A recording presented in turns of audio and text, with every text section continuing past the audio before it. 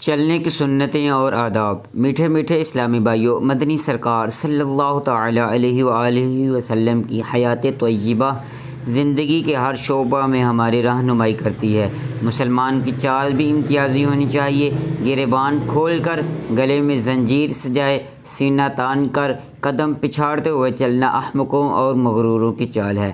مسلمانوں کو درمیانہ اور پروقار طریقے پر چلنا چاہیے۔ چلنے کی چند سنتیں اور آداب ملاحظہ ہوں۔ نمبر 1، اگر کوئی رکاوٹ نہ ہو تو درمیانی رفتار سے راستے کے کنارے کنارے چلیں، نہ اتنا تیز کہ لوگوں کی نگاہیں آپ پر جم جائیں اور نہ اتنا آہستہ کہ آپ بیمار محسوس ہوں۔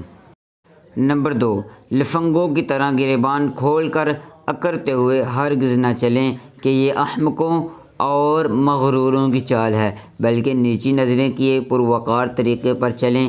حضرت سیدنا انس رضی اللہ تعالی عنہ سے مروی ہے کہ جب حضور پاک صاحب لولاک سیاح افلاک صلی اللہ تعالی علیہ وآلہ وسلم چلتے تو جھکے ہوئے معلوم ہوتے تھے۔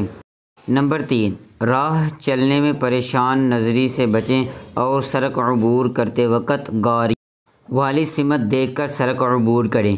اگر گاڑی آ رہی ہو تو بے تحاشا بھاگ نہ پڑیں، بلکہ رک جائیں کہ اس میں حفاظت کا زیادہ امکان ہے۔ اے ہمارے پیارے اللہ عز و جل ہمیں پیارے حبیب صلی اللہ تعالی علیہ وآلہ وسلم کی سنت کے مطابق درمیانہ تکبر سے بالکل پاک چال چلنے کی توفیق عطا فرما، اور ہمیں راستے کے ایک طرف ادھر ادھر جھانکے تاکہ بغیر سر جھکا کر شریفانہ چال چلنے کی توفیق مرحمت فرما۔